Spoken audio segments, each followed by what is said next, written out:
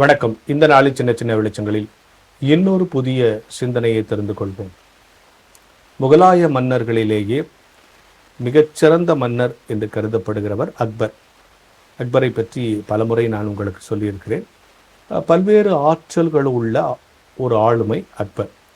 ஆனால் அவர் கல்வி சாலைக்கு சென்று படிக்கவில்லை. ஏன்னா இள வயதில் அவருக்கு வேட்டையாடுறதுல தான் நிறைய ஆர்வம் இருந்துச்சு. வேட்டையாட போயிட்டார். அப்புறம் அப்படியே இள வயதிலேயே அவர் அந்த பதவிக்கு வந்துட்டார். அதனால் படிக்கிற வாய்ப்பு இல்லை. அதில் படிக்காத ஒருத்தர் இப்படி இவ்வளோ ஒரு சிறந்த மன்னராக இருந்தார். சார், மன்னராயிட்டனால அதெல்லாம் தானாக வந்துருமான்னா இல்லை.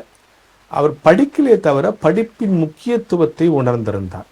எனவே தான் கல்வியாளர்களை, அறிஞர் பெருமக்களை தன் அருகிலேயே வைத்து கொண்டிருந்தார். எனவே நல்ல அறிவாளிகளோடு பழகிற பொழுது நமக்கும் அதே மாதிரியான ஆட்டிடியூட் வந்துடும். நீங்கள் பள்ளிக்கூடத்தில் பாருங்கள், படிக்கிற பசங்கள்லாம் ஒன்றா இருப்பான், கலாட்டா பண்ணுறவங்களாம் ஒன்றா இருப்போம். ஏன்னா அது ஒரு ஒரு சூழல் ஒரு மனிதனை தீர்மானிக்கும். நம்ம யாரோட ஒரு இன்டலெக்சுவல் பர்சனாலிட்டியோட பழகும் போது நம்மளுடைய திங்கிங்கும் ஒரு ப்ராடர் லெவல் திங்கிங் ஆகிடும். அதனால் அக்பர் என்ன பண்ணார், படித்தவங்களை, கல்வியாளர்களை, ஞானிகளை நம்ம பக்கத்தில் வைத்து கொண்டார். அது மட்டும் இல்லை, இன்னொரு அரிய தகவல் என்னன்னா, கிதாப் கானா அப்படிங்கிற ஒரு நூலகம் அவர் வைத்திருந்தார். அந்த நூலகத்தினுடைய பேர் கிதாப் கானா என்று போடப்பட்டிருக்கிறது.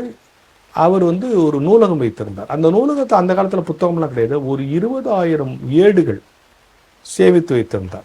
ஸோ அவருக்கு படிக்க தெரியாது, ஆனால் ஒரு நூலகம் அமைத்து இத்தனை ஏடுகளை சேகரித்து வைத்து ஒரு நாளைக்கு 2 மணி நேரம் படிக்க தெரிந்தவர்களை கூப்பிட்டு அவர் படிக்க சொல்லி இவர் கேட்பாராம். ஒரு மன்னன் சிறந்து விளங்கியதற்கு என்ன காரணம்னா, ஒருவேளை பல்வேறு சூழல்களால் படிக்க வாய்ப்பு இல்லாமல் போயிட்டாலும் அறிஞர் பெருமக்களை அருகில் வைத்துக் கொள்கிறார். ஒரு பிரம்மாண்டமான நூலகம் அமைக்கிறார். 20,000 ஏடுகளை அதை சேகரித்து வைக்கிறார்.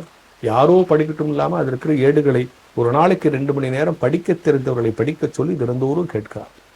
இத்தனை முயற்சிகள் எடுத்ததற்கு பிறகு வரலாறு அவரை ஒரு மிகச்சிறந்த மன்னன் என்று குறித்து வைத்திருக்கிறார். எனவே சில சூழல்களில் நம்ம படிக்க முடியாமல் போயிருக்கலாம். ஆனால் கல்வியை எப்பொழுதும் கற்றுக்கொள்ள முடியும். நம்மை மேம்படுத்திக் கொள்வ எல்லா சூழலிலும் கல்வி நமக்கு உதவும். அப்போ இந்த அக்பருடைய இந்த சின்ன தகவல்களும் நாம் தெரிஞ்சுக்கிறது, நல்ல மனிதர்களோடு, அறிவாளிகளோடு, ஞானிகளோடு பழக்கம் வைத்துக் கொள்ள வேண்டும். அது நமக்கு உற்சாகத்தை தரும், அறிவை தரும். முடியாது என்று சொன்னாலும் கூட ஒரு நாளைக்கு 2 மணி நேரம் படிக்கிறவர்களை படிக்க சொல்லி கேட்ட மாதிரி ஏதாவது ஒரு வகையில் நம்முடைய அறிவை, நம்முடைய கல்வி தரத்தை, நம்முடைய பொது அறிவை வளர்த்து கொள்வதற்கு, அறிவாற்றலை வளர்த்து கொள்வதற்கு நாம் தொடர்ந்து முயற்சி செய்து கொண்டே இருக்க வேண்டும். எனவே படிக்காத ஒரு மன்னன் என்கிற குறிப்பை தாண்டி மிகச்சிறந்த மன்னன் என்கிற குறிப்புக்கு அவருடைய வாழ்க்கை வரலாறு மாறுகிறது என்று சொன்னால் கல்வி தொடர்பாக அவர் எடுத்த ஒரே முயற்சி தான் காரணம் என்பதை இன்றைக்கு இருக்கிற மாணவர்கள் புரிந்து கொள்ள வேண்டும் என்கிற சிந்தனையோடு இந்த நாளை தொடங்குகிறேன்.